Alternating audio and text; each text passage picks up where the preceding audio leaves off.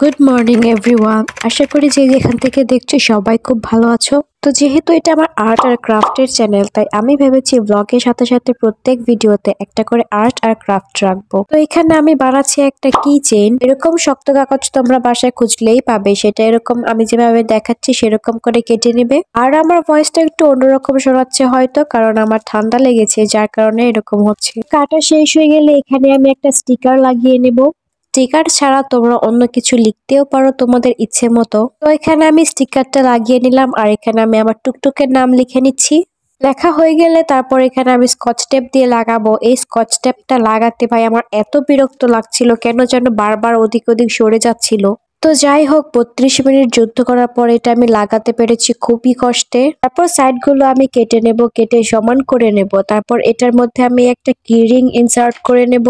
কি ring insert করা হয়ে গেলেই তৈরি হয়ে যাবে আমাদের সুন্দর একটি কিচেন। এটা তোমরা স্কুল ব্যাগে বা যে কোনো ব্যাগে লাগিয়ে নিতে পারো, দেখতে কিন্তু খুবই সুন্দর লাগে। আর দেখলেই তো এটা বানানো কতটা ইজি। তো এখানে আমি নামাজ পড়বো, তোমাদের একটা ইন্টারেস্টিং জিনিস দেখাই। তোমাদের কার কার আম্মু এরকম করে বলো তো, বালিশের কভারের মধ্যে মশারি রেখে দিছে। আমি জানি তোমাদের অনেকের বাসায় এরকম করে, তো কে কে এরকম করে নিচে কমেন্ট করে জানাও। যাই হোক, তো এখানে আমি নামাজ পড়বো, যার জন্য জায়নামাজটা বিছিয়ে নিচ্ছি। নামাজ পড়া শেষ হয়ে গেলে এখানে আমি পড়তে বসছি, যদিও আমি এখনো পর্যন্ত বই ধরিনি, শুধুমাত্র ভিডিওতে দেখানোর জন্য বই ধরলাম। দেখেছো ভিডিও বানানোর জন্য আমি কি কি করি। তো এখানে আজেরা শুধু শুধু দেখাইতেছিলাম যে আমি পড়তেছি, কিন্তু আসলে আমি কিছুই পড়তেছিলাম না। পড়তে পড়তে পড়ালেখা ভালো লাগে না, ভাবতেছি বিয়ে শাদী করে নেব। তোমরা কি বলো? অভিজ্ঞদের মতামত জানাও এখনই কমেন্টে। পড়ালেখার অভিনয় করে যাবো নাকি শাদীটা করে ফেলবো? আর তোমরা যারা ভিডিওটা দেখছো কে কোন ক্লাসে পড়ো এখনই কমেন্ট করে ফেলো। এখানে আমি বই থেকে দেখে দেখে কি যেন লিখতেছিলাম,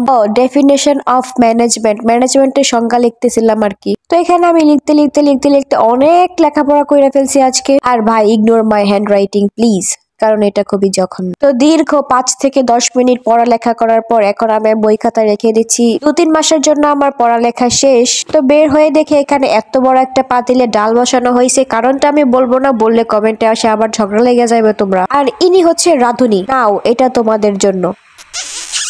তো যেমনটা আমি বলেছিলাম একটা আর্ট আর একটা ক্রাফট করব, তো ক্রাফট তো করে নিয়েছি, এখন একটু পেইন্টিং করি চলো। এই ক্যানভাস গুলোতে জীবনে প্রথম ক্যানভাস ইউজ করব। তো এখানে আমার অনেক বেশি এক্সাইটেডও লাগতেছিল, আবার নার্ভাসও লাগতেছিল যে ক্যানভাসটা আমি নষ্ট না করে ফেলি। তো এখানে 33 মিনিট যুদ্ধ করার পর ফাইনালি আমি কাগজটা খুলতে পারছি।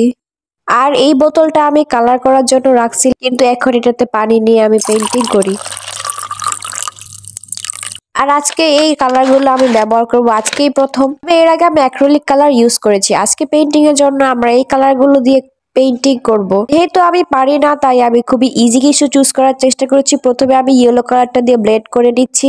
তারপর আমি ম্যাজেন্ডা কালারের সাথে হোয়াইট কালার মিশিয়ে এই কালারটা বানিয়েছি। তারপর ডিপ পার্পলের সাথে মিশিয়ে এই কালারটা বানিয়ে নিয়েছি। আর এর উপরেরটা হচ্ছে স্কাই কালার, মানে স্কাই ব্লু, হালকা স্কাই ব্লু কালার আর কি। তারপর এখানে আমি একটু ডিটেলস অ্যাড করে নিচ্ছি। যেখানে যে কালার দিয়েছি সেই কালারের গাঢ়টা আমি এখানে ইউজ করেছি। এই যে আমাদের ব্যাকগ্রাউন্ডটা রেডি। তো অফ ক্যামেরায় আমি একটা ল্যাম্পপোস্ট এঁকে নিয়েছি। ক্যামেরার সামনে কাজ করতে আসলে একটু প্রবলেম হয় আমার। তারপর এখানে আমি ল্যাম্পপোস্টের ডান্ডাটা এঁকে নিচ্ছি, আর বাকি ল্যাম্পপোস্টটা আমি অফ ক্যামেরায় করে নিয়েছি। ল্যাম্পপোস্টের মধ্যে এখন আমি হোয়াইট কালার দিচ্ছি। হোয়াইট কালার দিয়ে কালার করে বাকি ডিটেলস অ্যাড করে নিয়েছি, সেটার ভিডিও করতে আমার মনে নাই। তো এইখানে আমি আমাকে এঁকে নিচ্ছি, আই মিন মুন।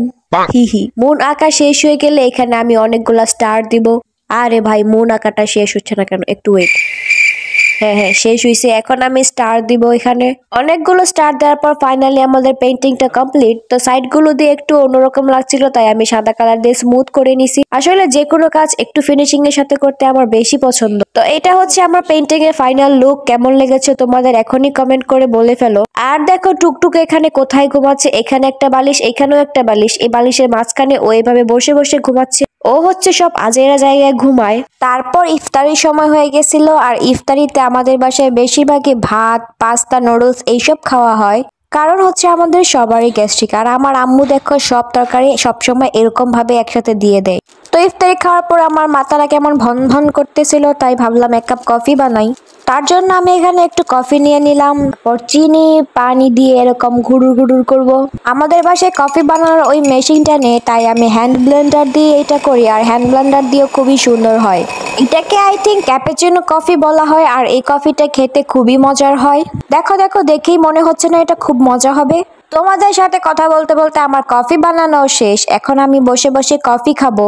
তাহলে আজকের ভিডিওটা এই পর্যন্তই শেষ করছি। তোমাদের কেমন লেগেছে তোমরা আমাকে একটু কমেন্ট করে জানিও। আর ক্রাফটের মধ্যে কি ধরনের ক্রাফট তোমরা দেখতে চাও সেটাও আমাকে কমেন্ট করে জানিও, যেন আমি তোমাদের পছন্দ মতো জিনিস বানাতে পারি। তো আজকের মতো এইখানে বিদায় নিচ্ছি, অন্য কোনো ব্লগে দেখা হবে। ততক্ষণ পর্যন্ত তোমরা সবাই খুব ভালো থেকো। টাটা।